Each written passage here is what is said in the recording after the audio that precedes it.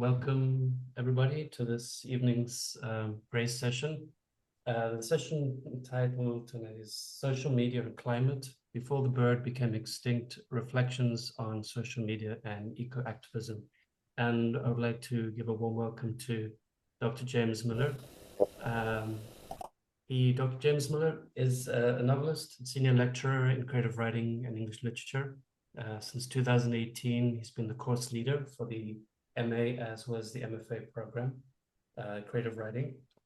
He is the author of novels with Lost Boys, Sunshine State, An American Activities, and Strays, which is a collaboration of his work, an experimental poetry based on his debut novel, which was the Lost Boys.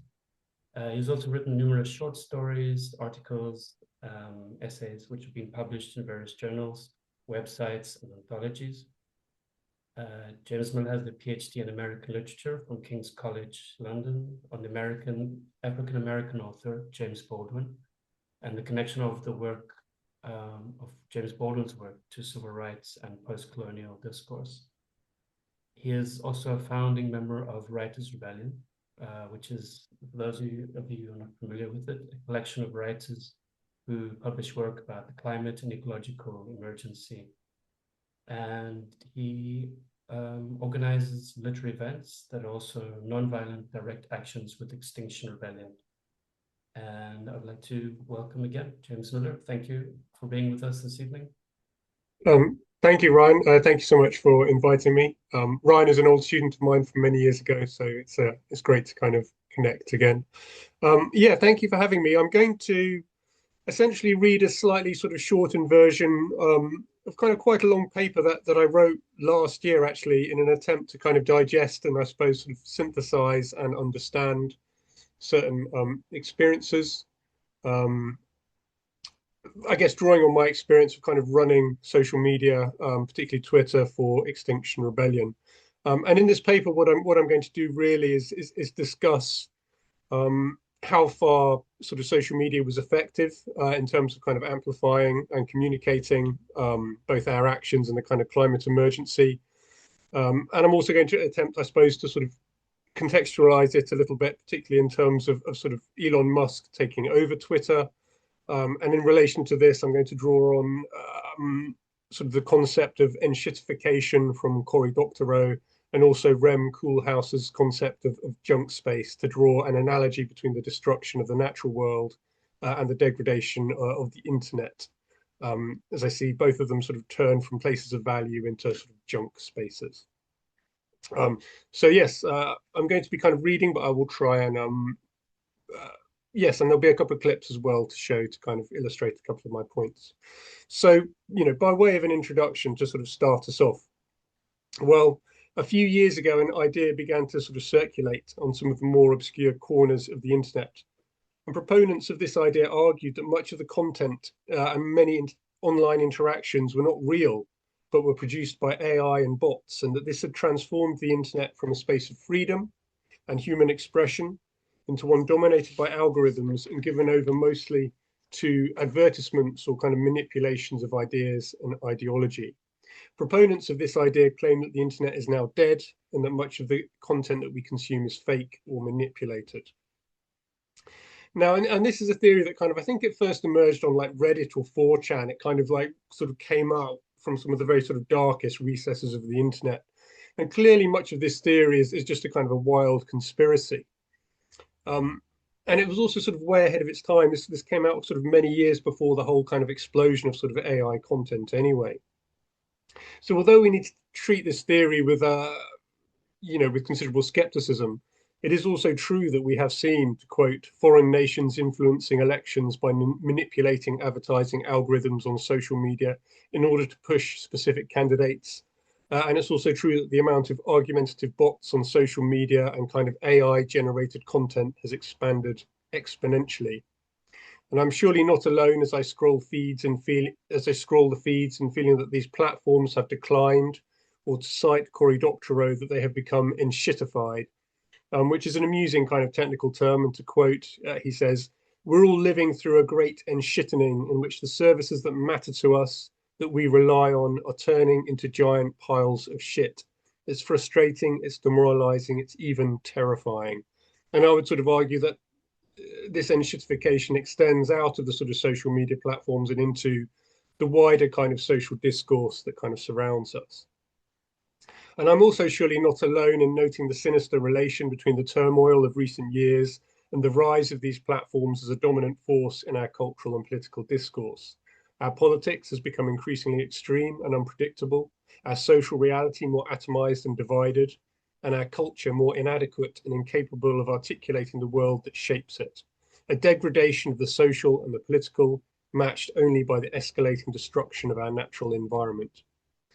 And so in this paper, I'm going to try and unpick some of these ideas, particularly as they relate to the use of Twitter or X to promote the direct action activism of Extinction Rebellion, XR, and Just Stop Oil, JSO.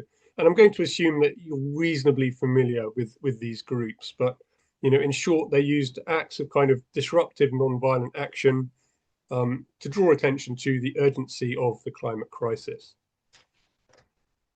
So from December 2019 until the summer of 2023, I ran the UK Extinction Rebellion UK Twitter account, and I grew it from about 40,000 followers in October 29 up to about 115,000 or so followers. I was involved in live tweeting several rebellions and countless actions and controversies. When something happened, which it did regularly, I was the go-to person to get it on Twitter, and it had to go on Twitter first. There were other platforms that had more followers, but Instagram or Facebook could never match Twitter for immediacy or reach. I was constantly on my phone, deep in the Twitter zone 24/7. I was there at weekends. I was there when I was meant to be doing my real job, fighting the Twitter fight. And for a while, as someone who was deeply worried about the climate emergency, and also as someone who's sort of fairly obsessed with political discourse, I have to say I loved it. I had the skills in the sense that I can digest information quickly. I can summarize text into punchy, engaging messaging. On a good day, I've been known to be quite quick-witted and funny. And on a bad day, I am nasty and I'm argumentative. And Twitter demands speed and I can be fast. And also as a writer, the role had another appeal. For years, I've been tweeting on my own account about the climate emergency, and my tweets were almost entirely ignored. I even published a novel, Sunshine State, back in 2010, an early example of dystopian cli-fi. It too was ignored. But as Extinction Rebellion, my tweets were not ignored. And it's a boost for your ego as a writer when you've had a busy month and you would be able to look at the analytics and see that millions of people had seen your tweets. So it was exciting work for a few years, but in the end, it kind of left me sort of burnt out. And I would say that the transition of Twitter into Musk's evil little X, in which the bird was replaced by a hex of disinformation and division, was in a sense the kind of final straw. Like many of the world's most harmful industries, Twitter's baseline is all about extraction and exploitation. Indeed, I will argue that Twitter is part of a wider trend. If I kind of riff on this concept of enshittification, which I would call trollification, a process of discordant intensification whereby the discourses of politics, culture, and society collapse into a series of provocative, if largely nihilistic and self-referential actions and reactions. So in a sense, kind of social media, particularly X, it sort of turns everybody into a troll. And I guess the ultimate kind of apotheosis of this trollification is, of course, Trump Mark II and the kind of disgusting spectacle that we see in the United States. So I'm going to attempt to digest some of what I learned from this process. I'm going to go over what works in terms of using Twitter to promote eco-activist action. Although I sort of argue that the same principles will work to promote most things, although the thing that you need to promote has got to have a degree of sensationalism to it. And I'll also kind of reflect on what we even mean by something working on social media and why some actions would capture the attention of the platform more than others. And finally, I'm just going to sort of sum up with some thoughts about what Twitter and its transition into X have done to the kind of mediation of our social, cultural, and political reality. So what did we do? Well, I joined the social media team in 2019, following large rebellions by Extinction Rebellion staged in April and October of that year. I missed the inception of the movement. Instead, I was part of a second wave of activists who got involved following the success of the first rebellion in April 2019. As Ryan mentioned, I helped set up a group called Writers Rebel, and I initially ran their Twitter. And our intent was to get more writers and people from the publishing industry talking about the climate emergency, and to find a way of kind of combining the best of a literary festival with a sort of direct action. And there was a huge surge of membership to Extinction Rebellion in the lead up to October, with all sorts of kind of regional and affiliate groups joining. Lots of professional groups kind of joined, and thus it was kind of inevitable that there would be a writers' faction, and that was us. And we made our debut when we staged a huge marathon in an occupied Trafalgar Square in October 2019, where we invited a host of big names, including Simon Sharma, Ali Smith, A.L. Kennedy, Robert McFarlane, David Graeber, Naomi Alderman, to cite a few. And we kind of blocked the road, blocked the square, and they all gave kind of powerful readings about the climate emergency. And my tweets from the kind of Writers Rebel account during this time, lots of them went viral, and it was my kind of first taste of the power of social media to amplify our actions. And I was then kind of recruited to the main UK account social media team. They'd seen how I'd grown Writers Rebel, and they were like, come and join us. And very quickly, actually, everybody on that team left, and I was sort of in charge of the team. And then a few more experienced people kind of came on board, but I was largely the kind of tweeter in chief. I would say as well that October 2019 was in some ways the kind of high watermark of the movement. Already the kind of battle lines of the fossil fuel counterattack were being drawn, stereotypes and downright falsehoods that would calcify into the effective cliches of the kind of anti-net zero backlash. We also saw the Canning Town fiasco, where a rogue rush hour action on the Jubilee line triggered huge upset, as well as the accusation repeated endlessly in the media that we blocked ambulances. And activists were caricatured as either unwashed crusties, middle-class layabouts, privileged white boomers, or moaning millennial snowflakes. They were either communists in disguise or fascists waiting to make everybody colder, poorer, and vegetarian. And it didn't matter if the slurs were contradictory.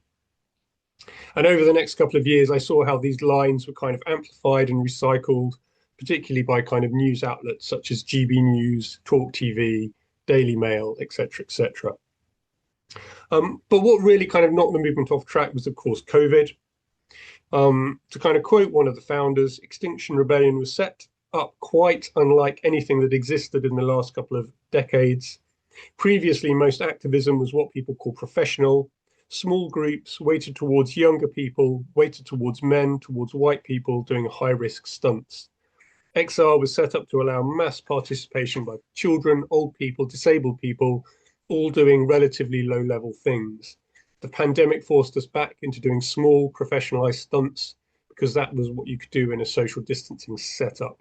So essentially, the pandemic made kind of large-scale mass mobilizations very difficult, and we would instead, and over the next couple of years, effectively, the movement pivoted between a biannual rebellion of kind of mass mobilization in central London, and in between that, guerrilla-style actions where a handful of committed activists who knew that they would be arrested would do things like spray fake biodegradable oil, block entrances, or very carefully crack windows at targets associated directly or indirectly with fossil fuel and fossil capital.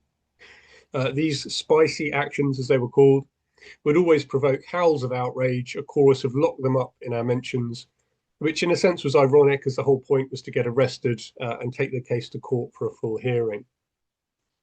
But these kind of guerrilla actions proved very sort of tasty for social media. And as I'll go on to say, they paved the way for Just Stop Oil's relentless campaign of spectacular disruption. And in a sense, Extinction Rebellion was the kind of vanguard for a couple of years, and then it was sort of eclipsed by Just Stop Oil. In terms of sort of pragmatic tactics, we worked very simply. There was an external coordinator who would be privy to what the action circle was going to do. They would know if something was going to happen. They would, in a sense, give us the nod that we could expect something in the morning. Actions tended to start early, sort of 6 or 7 in the morning, to risk the possibility of kind of upset to the public or to employees. I would be at home, and my job would be to kind of keep an eye on both WhatsApp and kind of Telegram. And then kind of within these actants as well, we would have a couple of embedded photographers and a live streamer.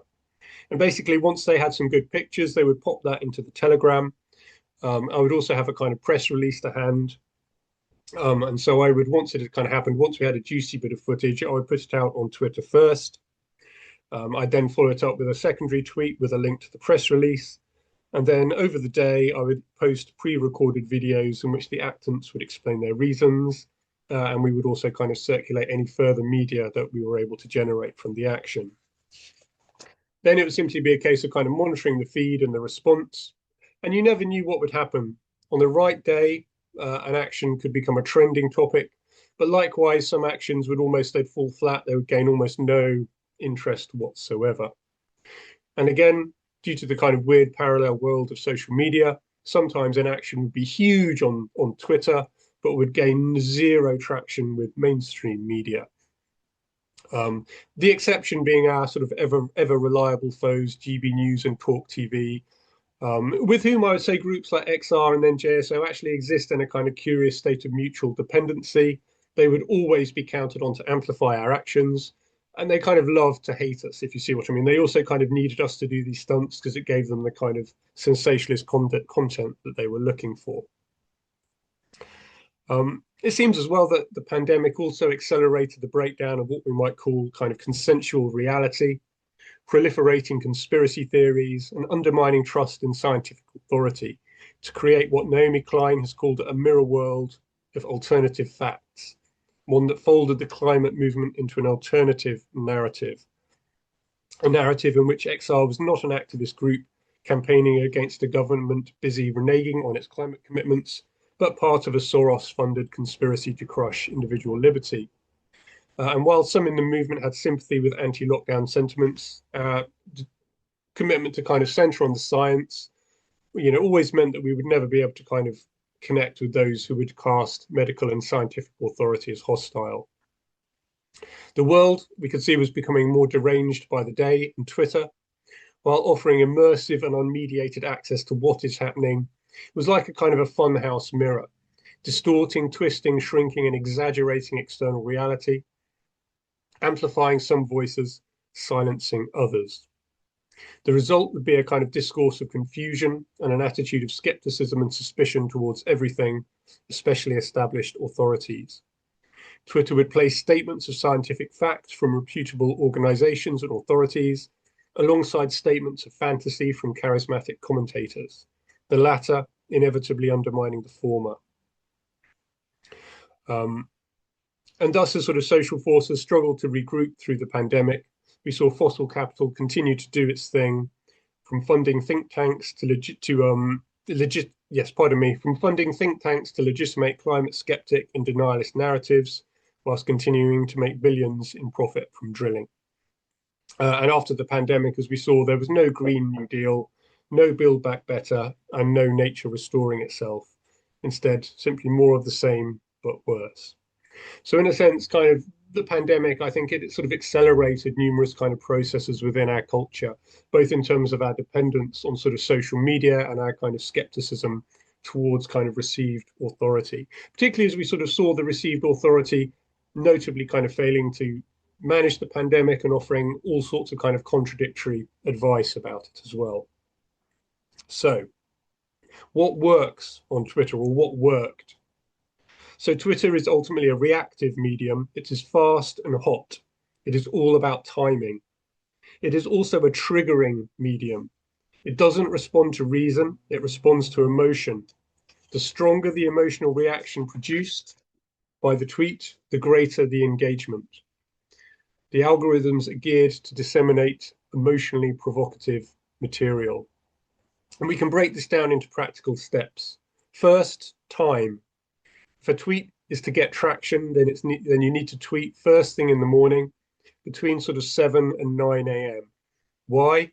People are waking up, they're on their commute, they're staring at their phones, and they're ready to get vexed by whatever the day will bring. Other times of day can be good, for example, sort of 8 p.m. in the evening, when again everyone is staring at their phones as they watch TV, but the morning was always best.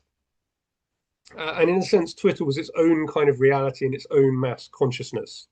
Tweeters would put their own spin on the day's news and trending topics, and certain events and opinions would go huge on Twitter, but exist nowhere else. But the fact was, unless something really big was happening, there was no point announcing it at, say, 4 p.m. in the afternoon. By 4 p.m., and it's 4:25 at this time, now is the kind of time when the day's agenda has been set, the waves of opinion and outrage have kind of flown back and forth, and everyone is, in a sense, too distracted or too exhausted to pay attention to anything new. And so spasms of outrage and indignation would continue to kind of spark through the feed, like smoldering fires. Some would, have the possibility of reigniting, but almost inevitably the next day the focus would kind of shift. And so the Twitter cycle is fast, but ironically, despite the kind of 24/7 nature of social media, it would also stimulate to a certain extent traditional patterns of the news cycle. News breaks in the morning, it's kind of summed up in the evening, albeit in a kind of decentered, discontinuous, and horizontal fashion, faster and more sensationalized than before.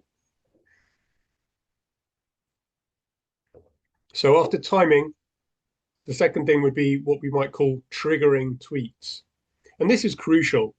To get attraction, tweets need to trigger a reaction. And I can broadly generalize about the types of triggering tweets and the sort of language that was effective. First up, obviously, humor. Twitter is still a place where humor, wit, and memes can thrive.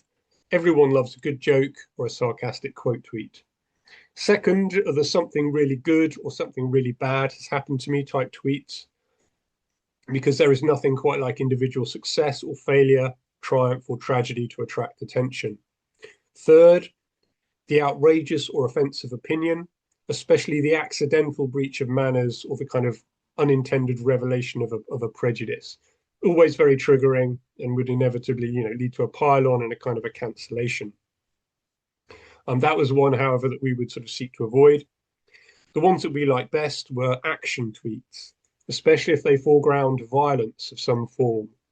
The audience needs something to react against, and the reaction is what makes the platform thrive. Anger, outrage, disgust, amusement. I'd almost sort of say in that order. Those were the emotions that would drive engagement. Without it, and then within this, we can kind of break down a hierarchy of communication. And I should say this is just based on my experience, and it comes with the caveat that Twitter is an unstable and unpredictable medium. You never quite know what would capture the agenda. And in a way, this was what also made it, I think, extra addictive. Because sometimes you would have something that you would be sure would be kind of Twitter gold and it would die. And sometimes you just put something out a little bit randomly and it would somehow just capture something of the day's zeitgeist and go crazy. But these caveats aside, the following is generally true. First, the language you use for a tweet needs to be dynamic and active, not passive or abstract. So for example, framing an announcement or an action with the words breaking, followed by some emojis and hashtags, it would always ping the tweet up the algorithm. You're literally kind of creating your own breaking news. You're saying, breaking, this has just happened. The form and character constraint demands that tweets are short and convey a single clear idea or appeal. They need to be read quickly. They need to be understood instinctively. No one wants to read a tweet twice. The language needs to be emotional and concrete, not intellectual and abstract. Inevitably, this leads to overstatement and dramatization, flattens out complexity, and will privilege slogan over nuance, argument and insult over debate and reason.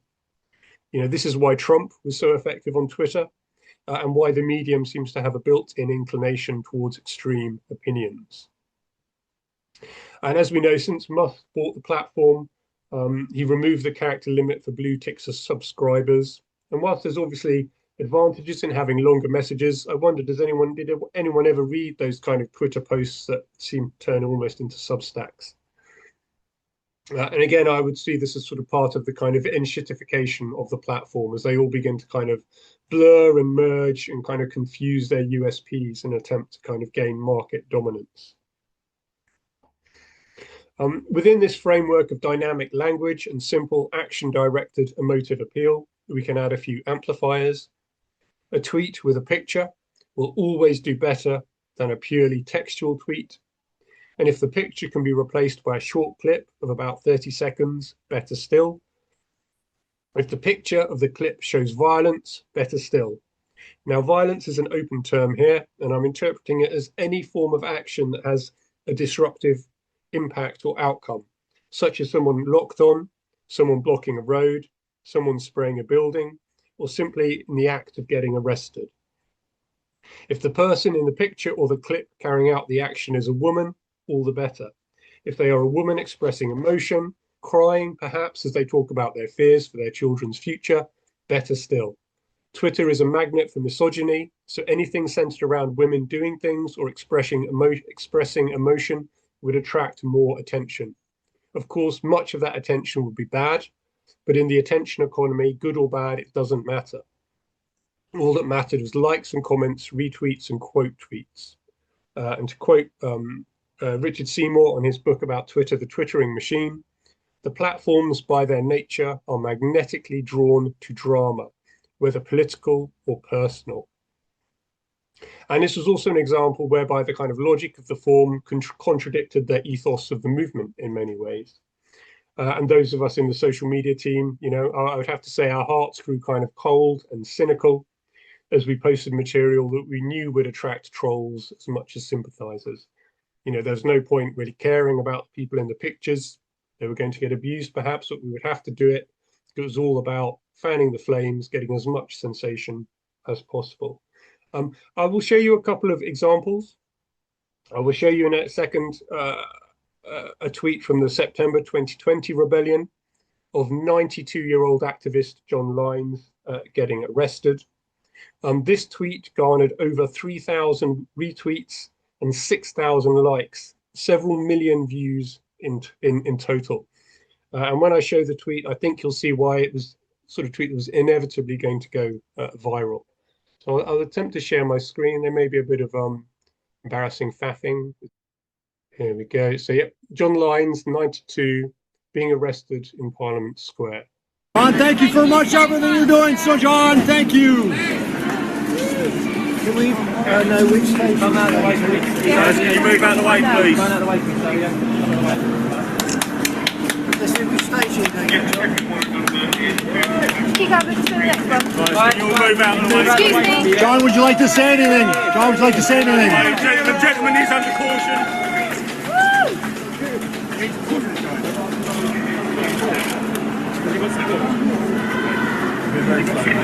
Yeah, I know, yeah. I'm just saying Step back slightly for us, please.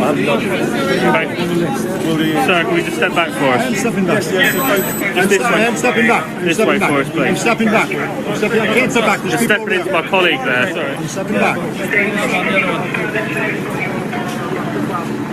The most dangerous person on the planet being Clear out the way, guys. John, thank you for much everything you're doing. So, John, thank you. So that's the first. That was from, as I said, September 2020, and that tweet got pretty much. Well, actually, there are some other things that got more attention, but that tweet got an enormous amount of attention. And again, it's the spectacle, the pathos of an old man, the whole kind of question of why are they arresting him anyway? The disparity between his age and vulnerability versus the kind of powers that are being brought against him. It was a sort of image that is unsettling and kind of confronting, but also in a way gentle, that Extinction Rebellion was very good at creating. Now I'll show a second example. This is from the rebellion of August 2021, where our kind of on-the-ground social media coordinator was outside the Natural History Museum, and she caught this basically exclusive footage of activists attempting to kind of block the road outside the museum. And this tweet alone was viewed more than all of the other tweets from this entire rebellion put together. So this had more views, millions and millions of views, more than the entire rest of everything. Again, let me try and share.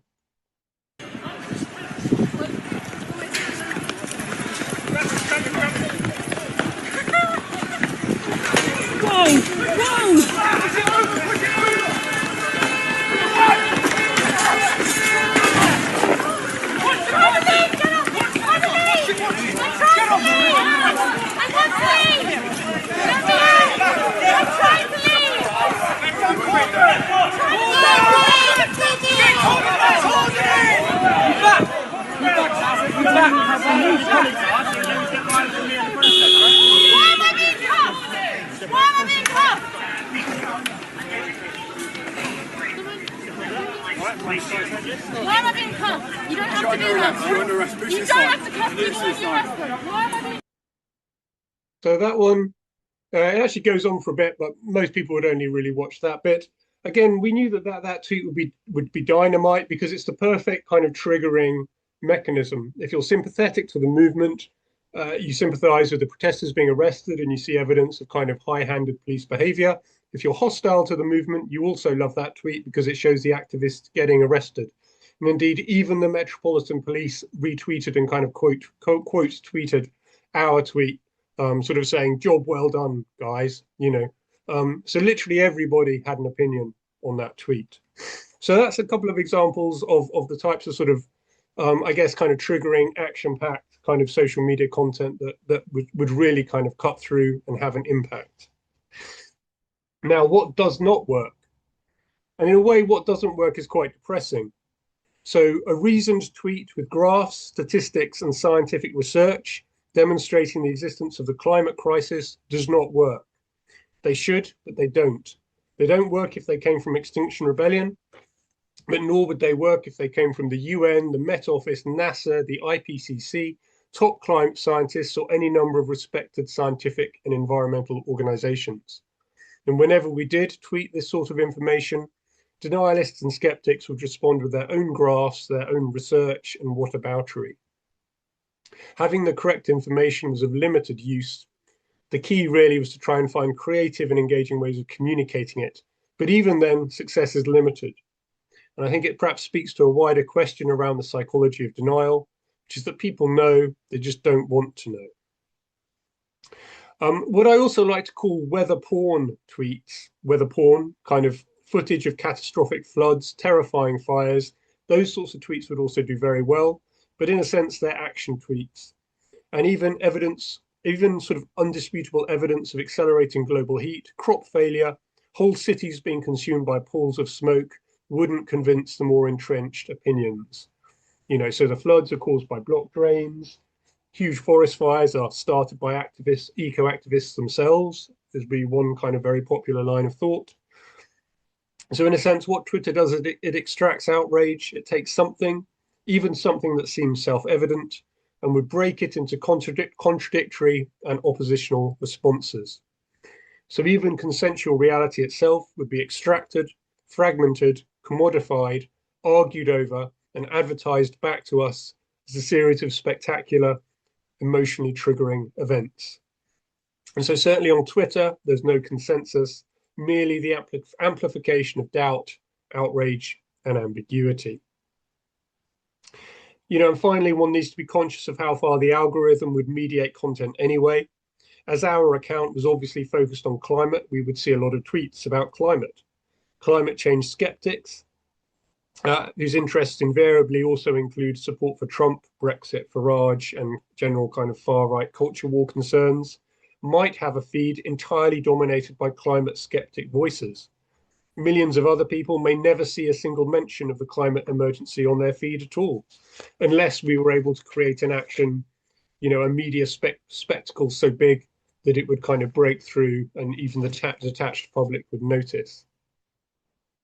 You know, so this in a sense raises a separate question about the public sphere and the ethics of self-selective news or entertainment versus the notion of news everybody needs to hear.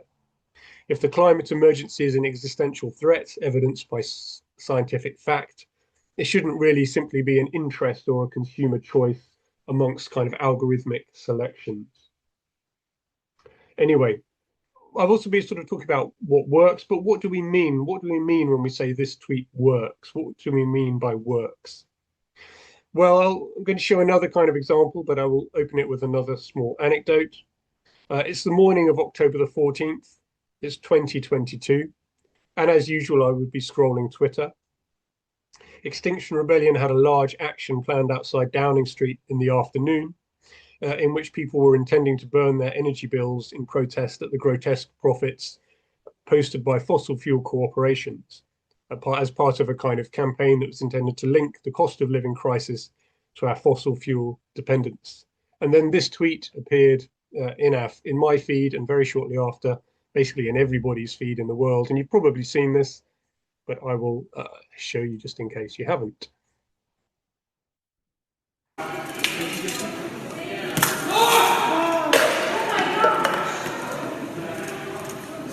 Security!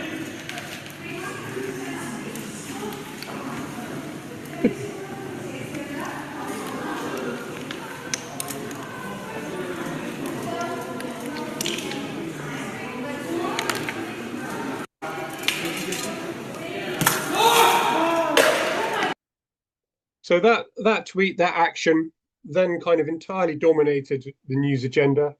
And indeed, the large protest that we staged outside Downing Street received zero traction, not a single whisper in the media anywhere. All the attention was taken by the kind of the soup action. This was one of several actions that Just Stop Oil took, which in a sense announced their kind of arrival on the eco-protest scene. And whilst with Extinction Rebellion, there were many kind of strands to the movement, incorporating kind of ideas like citizens' assemblies, regenerative culture, and a strong emphasis on cultural, artistic, and spiritual activities. Just Stop Oil had a simple, stark demand, just stop oil, and a fearless kind of commitment to arrestable offences. And all of their actions, whether it was chucking or pretending to chuck soup over Van Gogh paintings, blocking, disrupting major sporting events, or perhaps most recently last year, again, spraying dye over Stonehenge. You know, they would commit acts of spectacular, if ultimately minor disruption. They were entirely tools for sort of social media, entirely designed to trigger maximum outrage. And we watched as their Twitter account, launched in December 2021, very quickly overtook us. We started by retweeting them for support. We ended up wishing they would retweet us. They became the new vanguard.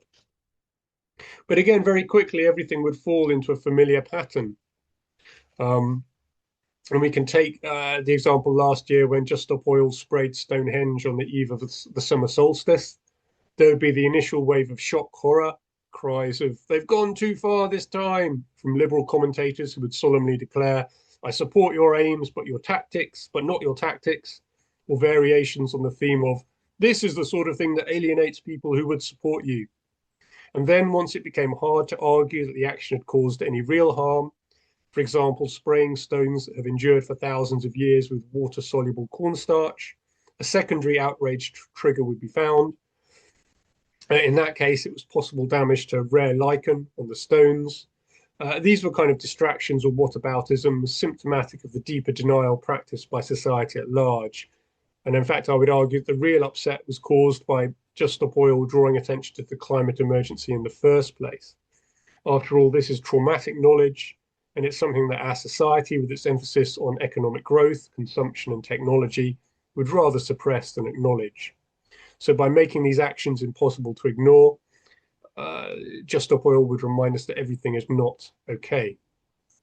And so you'd have the action, then you have the backlash, and then you'd have a kind of retaliatory chorus that would sort of go something like, if you care so much about a painting, art, sport, ancient monuments, lichen, just wait till you find out what's going to happen to priceless paintings, art, sport, ancient monuments, lichen, when we breach 2 degrees of warming.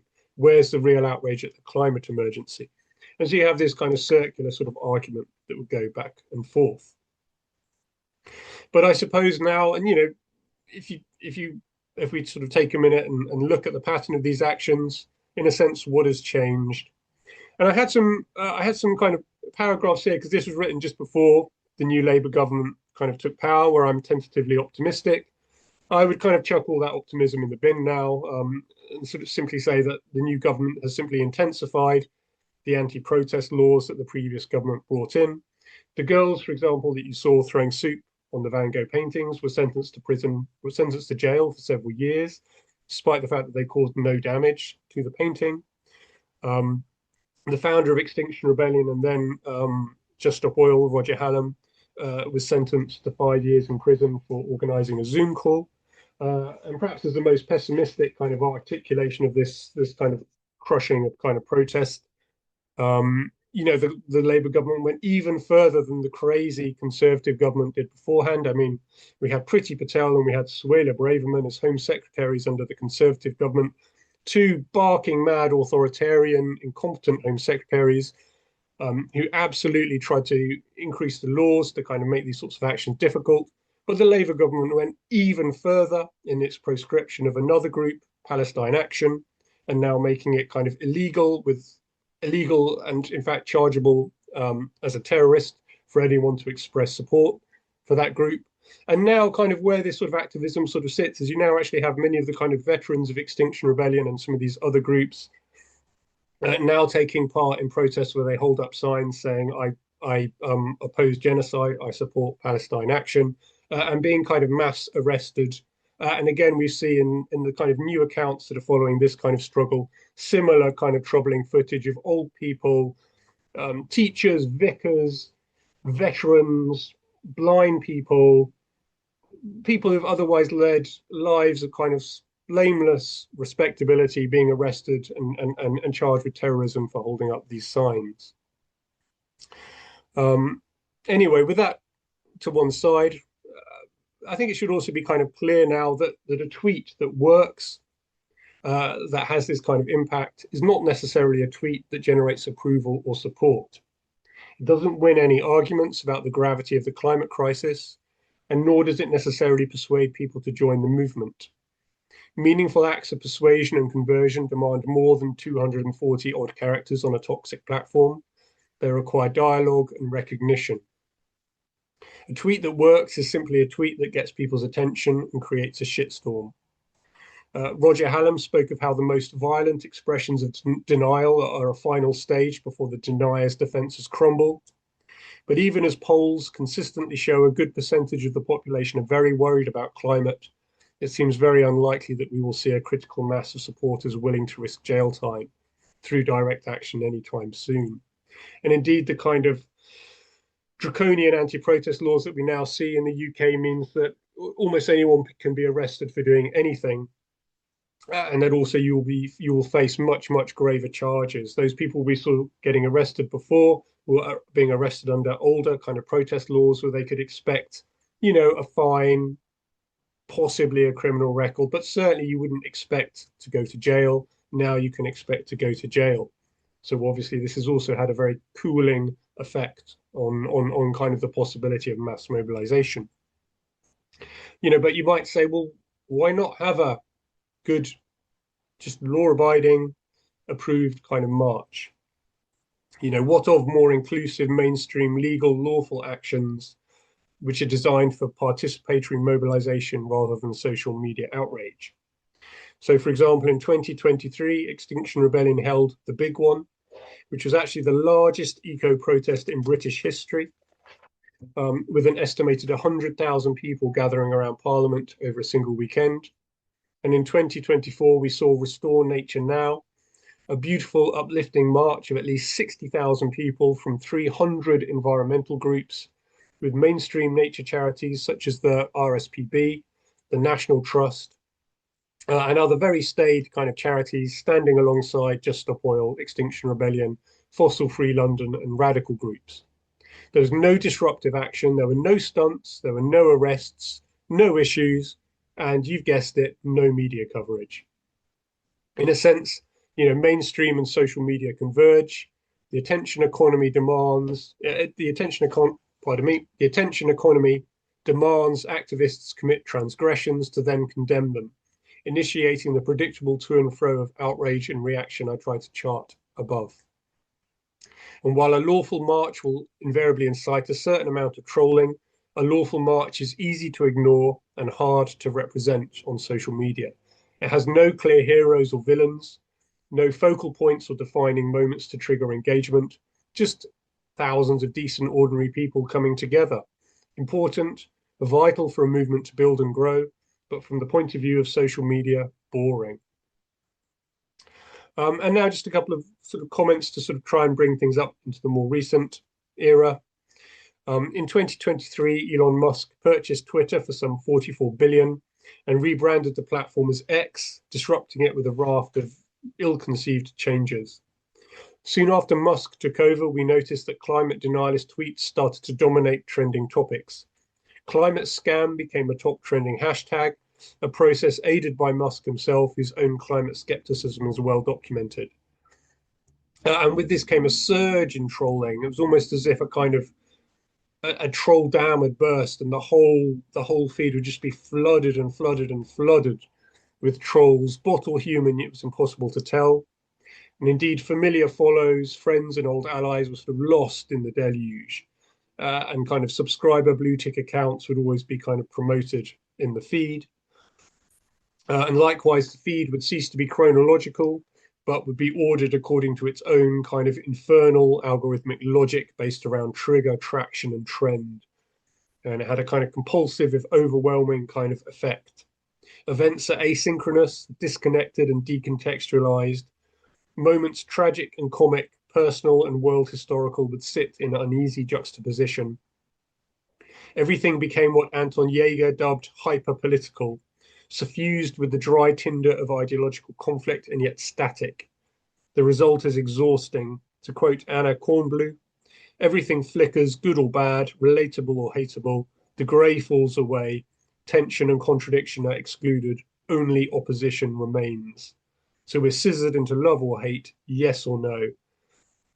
And if you were to then add to that the web of kind of hot takes and fake news woven around Ukraine war, the situation in Israel and Gaza, etc., and then for sure, X really did seem like the distillation or condensation of all that is worst about the world. To doom scroll X would be to subject oneself to a fragmented hellscape of the most abject, divisive, and traumatizing content interlaced with cute clips and attractive people vying for attention.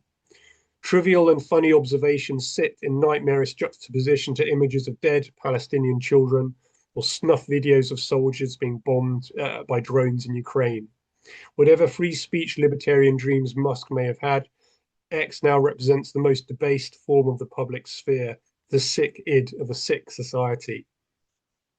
And with the world in such a bad way, I couldn't help but ask myself, what if X is actually making it worse? It seems no coincidence that the political chaos of recent years has gone thumb on screen with the dominance of social media and accelerants speeding us towards something that looks like fascism. As Jeff Ely notes of the fascism today operates by verbal onslaughts, internet trolling, instantly produced and transmitted verbal incitements. And I'd argue that to greater or lesser effect, all the other platforms have undergone a similar kind of degradation. But Twitter sort of sits in its own niche of hell, a dystopian version of Borges's great map, suffocating and distorting the reality it once sought to reflect. Now, in his influential 2002 essay, Rem Koolhaas posits what he calls junk space as the built residue of modernity. He defines junk space as the product of an encounter between escalator and air conditioning, encompassing malls, airports, retail strips, chain stores, highways, mezzanines, Dubai, Las Vegas, hotels, resorts, any numbers of new-built luxury developments, casinos, leisure centers, amusement parks, museums, gentrified neighborhoods. Junk space is all the deterritorialized non-space of global capitalism. Spaces that promise freedom and advertise comfort, but deliver only shopping and control.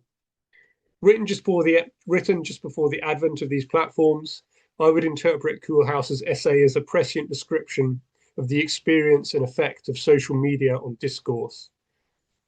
Two types of built environment, one spatial, the other virtual and discursive, brought together in a postmodern endgame of consumption.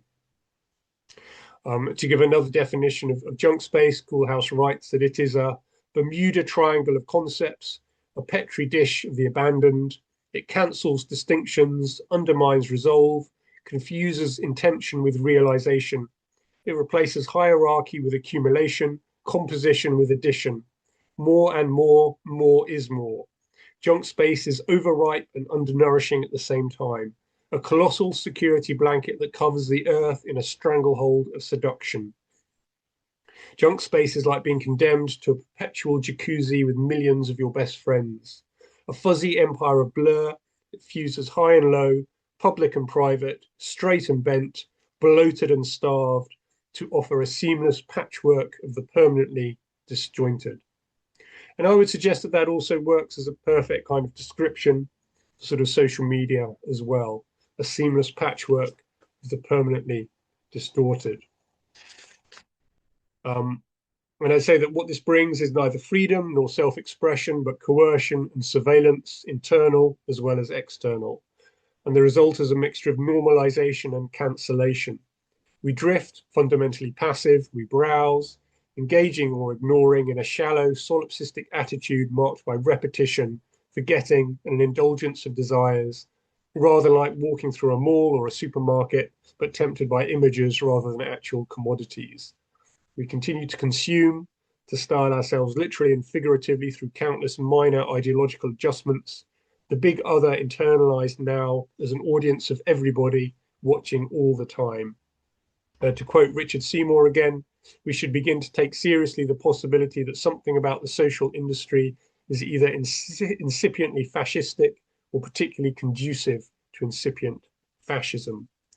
News now is only ever breaking or updating, and chronology has been replaced by a series of spectacles and follies that obey no particular sequence. By merging consumption with enraged reaction via an algorithmically engineered echo chamber of self-reinforcing views, combined with constant unmediated exposure to traumatic events and attractive images, X induces repeated shocks in the user, a seductive blend of the permissive with the repressive, instrumentalized for dopamine hits and data mining. Reality manipulation in real time. The world has become hyper-visible, yet shrouded in darkness. Notions of the true and good lose all meaning as we are swept away, as we are swept this way and that on floods of affective emotion. The result, X preps users for a sort of fascist deterritorialization of individual subjectivity, a paralyzing anti-politics of spectacle and outrage. And I'll just sort of add, I sort of talk a little bit more basically about we need to kind of get back to, as I say, we need to get back to face, really, not finger to screen, not human to bot, but kind of face to face. We need to kind of come together as people, because I would argue we have as much of an instinct for cooperation and commonality as we do for conflict, but we need to sort of detach ourselves from the screens in order to do that. And as a kind of very final kind of postscript, I'll just sort of say that shortly after I finished a draft of this essay last summer, the UK was rocked by riots and racist violence instigated by the far right following rumours on X about the identity of the murderer of 3 young girls in a tragic, horrible event in Stockport. The English defence leader, Tommy Robinson, the professional misogynist, Andrew Tate, the reform leader, Nigel Farage, all shared speculation that the murderer was a refugee and on the MI6 watch list. And whilst it wasn't surprising that these 3 individuals would be involved in disseminating misinformation, what was more extraordinary was Musk himself intervened, tweeting repeatedly that civil war in the UK was inevitable, trolling the Prime Minister, and spreading all sorts of kind of false information about the nature of the riots. At the time of writing, and indeed now still, Musk continues to troll the government, whilst kind of noticeably failing to share, and this was an interesting omission from kind of Musk's tweets, that the riots were in a sense brought to an end when thousands of decent, ordinary British people came out in anti-fascist, anti-racist defence of their neighbourhoods, massively outnumbering the far-right thugs. But to see the horrific murder of 3 innocent girls hijacked by 4 of the most toxic men on social media, two of whom actually have a documented history of violence against women anyway, was really a new low in the already kind of debased history of X. So in a sense, the conclusion was simple: to leave X, and the movement then kind of ceased to sort of post on those kind of platforms. And certainly thousands of users responded by leaving the platform, but others remained determined to reclaim the space from Musk's toxicity. And I would simply kind of conclude by saying the latter position strikes me as a little naive. Any ongoing usage of these platforms, still worthy, feeds the demon, and we're all still addicted to the thing that hurts us. In social media, as perhaps with life under consumer capitalism, we remain enmeshed and to a certain extent complicit within this toxic system. So that's what I have to say. I hope that was of interest. Thank you, James. Yes, very interesting, very engaging, and I'm sure we have a lot of questions from those present. If you would like to put your questions into the chat, Either James, if you once the questions come through, you can either read them directly, or I can coordinate, read the Cool. questions to you. Does anyone have a question at the moment? All right, so send it in the chat or just raise your hand, and then James could address directly. So I would like to just kick off the questions. I'm just curious to know your thoughts on the Australian government's move to ban social media for young people. Yeah, that's interesting. I mean, speaking now perhaps more just as a parent rather than anything else, I find myself supporting it. I kind of think it's the right thing to do. I'm not sure if they found quite the right way of doing it.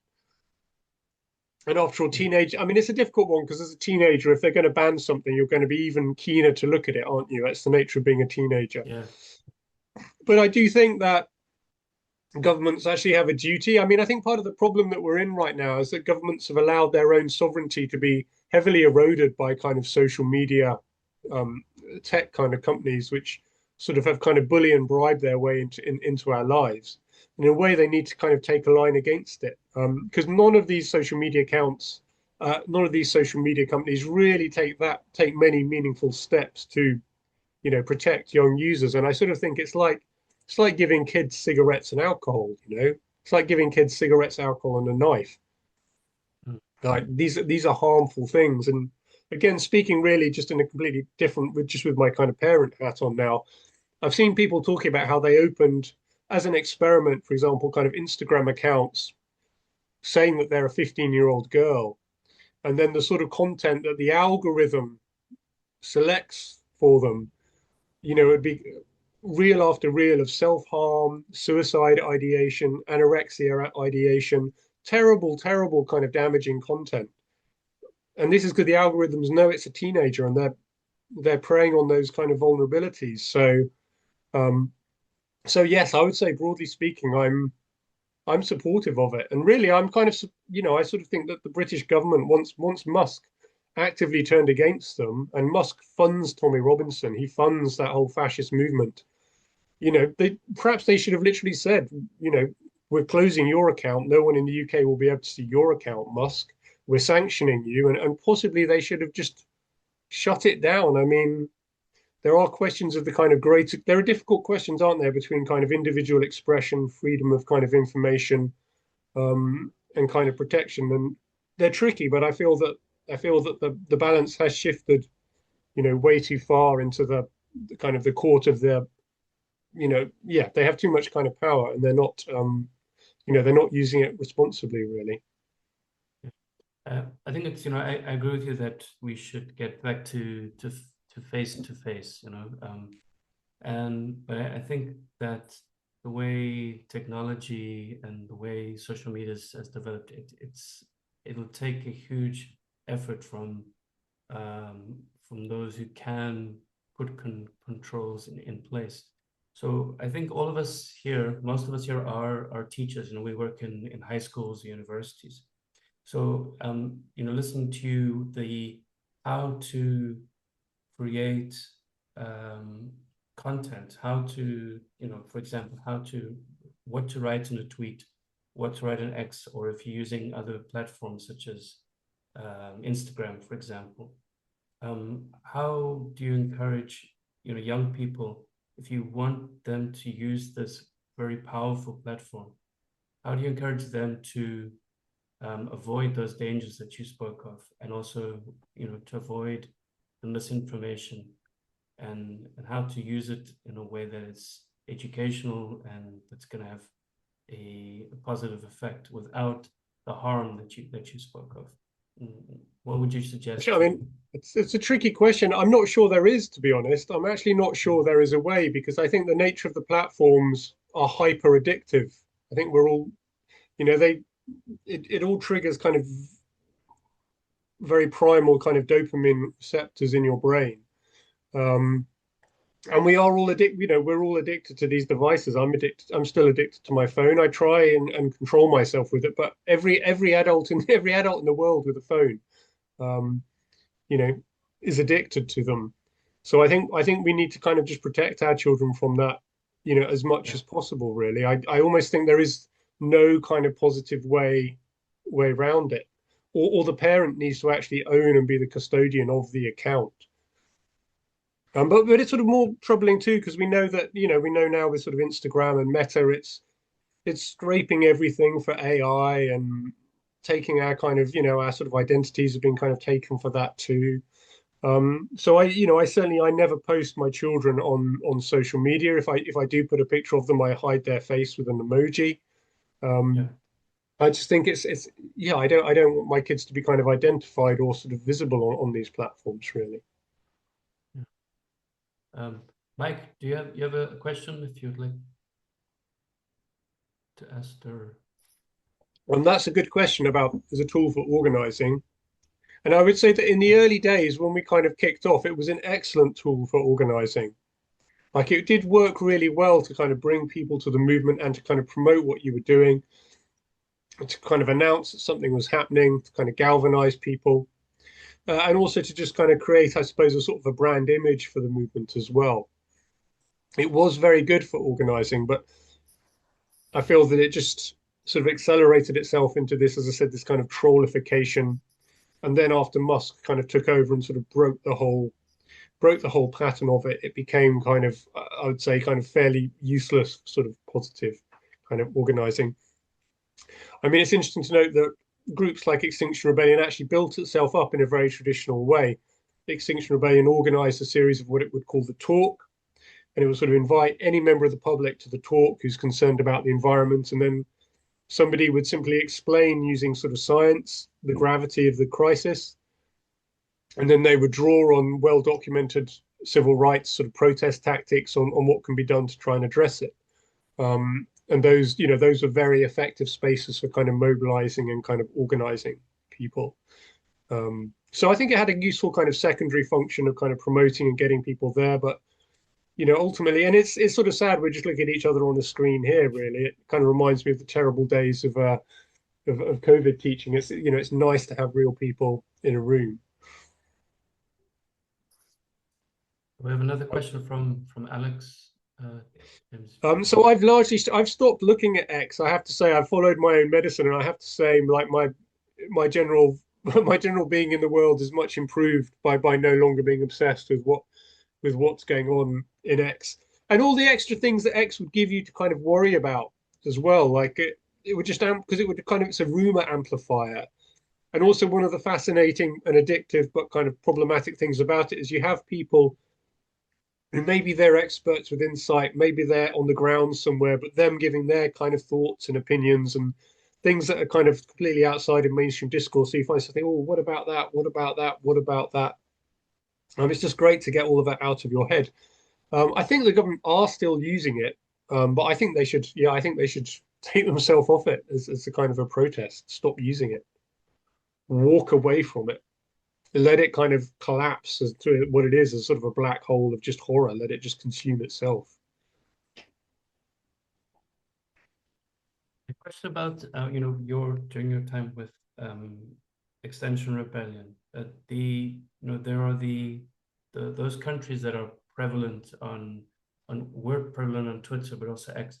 What about the countries that ban social media in their own states? Countries, Russia, North Korea, Iran, China. Do you know what takes place? Because I'm sure they have their own networks. Do you have any knowledge about what's going on? I don't know what happens, but it's interesting to just reflect with regard to China and also perhaps with TikTok. I haven't spoken about TikTok. I've never really looked at TikTok. I always felt like I was always too old for TikTok. And it seems now that a lot of Instagram is basically identical to TikTok anyway, in the sense that it's these very short sort of films and reels, again, of largely kind of provocative content or opinion. But it's no surprise to me that Trump overturned the attempt to ban TikTok in the United States, precisely because he wants to kind of blow people's minds. He wants to always ramp up this kind of derangement, this madness, this confrontation. And it's interesting that the Chinese were, because China invented TikTok, right? It's a Chinese social media app. But apparently the Chinese version of TikTok switches itself off between 10 and 6 in the daytime. It has a built-in limit for young people, so they can only look at it, I think, for a maximum of 2 hours. And whilst, our TikTok is full of, misogynistic, absurd, exploitative, nonsensical kind of content, the Chinese TikTok apparently is full of sort of educational videos about sort of science and mathematics. So whilst, I'm not by no means kind of supportive of sort of China's position in these things, there is perhaps something instructive there about when a government perhaps prioritizes the well-being of its children over sort of laissez-faire free markets. Because I'm not sure this actually has anything to do with free speech in the end. I think it's about laissez-faire kind of capitalism, actually.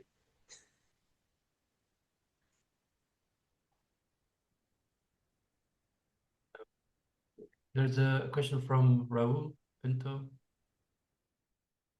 Yeah, it's tricky to know exactly how we're going to sort of build this resistance. I mean, I'm not sure. I don't really have that answer, really. Um, I don't really have that answer. Yeah, at the moment, I'm unsure. I mean, I partly kind of wrote this paper just as an attempt to kind of think through certain things. I mean, at least in the UK, the simple problem is that all forms of protest have effectively been banned. I mean, that seems slightly hyperbolic, but only sort of slightly. Like we have protest laws that are more draconian, arguably, than Russia now. I mean, you can go to jail for anything now. And I think actually, curiously, that also shows the effectiveness of these tactics. I think that the government, or sections of the government, were kind of put into panic by the tactics of Extinction Rebellion and Just Stop Oil because they were gentle tactics. All of the kind of protests, all of the actions were very carefully planned.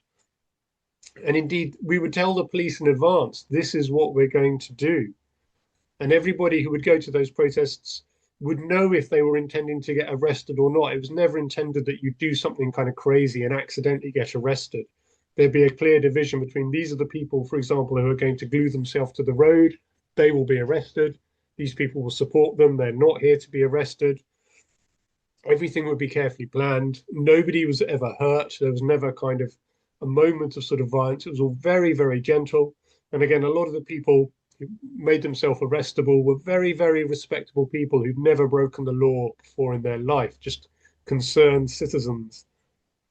And I think this is a very troubling spectacle for parts of the government. I think these social protest tactics are effective. I mean, I suppose what I'm kind of hoping is that we're at a sort of everything moves through a sort of dialectical fashion, and we're a repressive pushback that may collapse before something else better then emerges. But I don't know.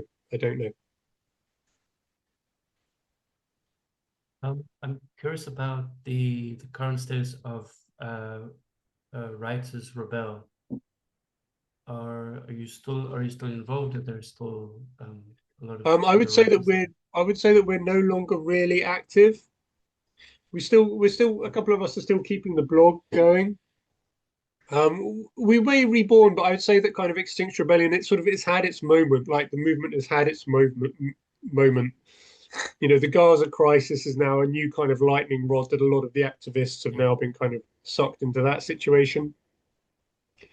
So I think, yeah, I guess we're on kind of a pause, and it's also just it becomes too exhausting. I mean, I had a second child. It becomes kind of impossible to sort of juggle family life, job, children, activism, all of these things at once. And and in a sense, I neglected my own writing for quite a few years because I felt like I've been given an opportunity here that I had to make the most of. But I'm sort of trying to lean back into my own kind of writing really at the moment as well, and just thinking through things a little bit more.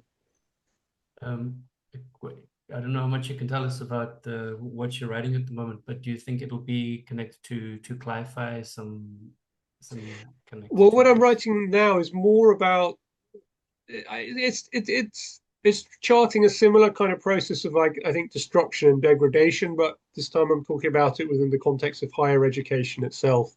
which is also under kind of acute crisis in the UK, but also in the USA and otherwise. You know, the humanities are being destroyed. And I would sort of say that just as the extinction of living creatures or the destruction of rainforests is a loss of unimaginable value, on a sort of smaller but no less grave scale, you know, shutting down English and philosophy and history departments left, right, and centre across the UK, it represents a kind of similar extinction in a way. It's a similar destruction. It's a similar kind of degradation of our kind of environment and our kind of discourse. So that's what I'm writing about at the moment.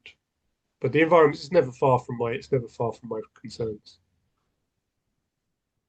Are there any other questions for James?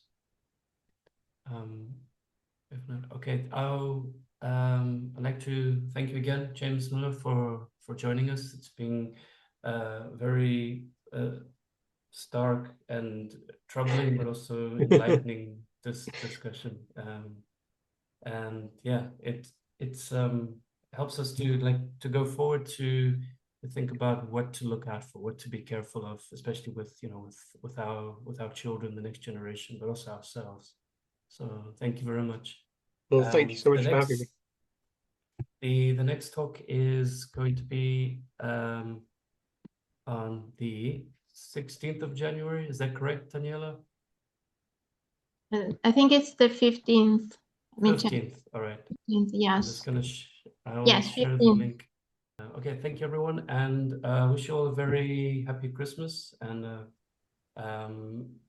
bright new year and a hopeful new year, that things can change for the better in this world that we live in. Yeah, and thanks again, James Miller, and yeah, happy Christmas everyone, and see you next time. Thank you. Thanks so much. Thank you.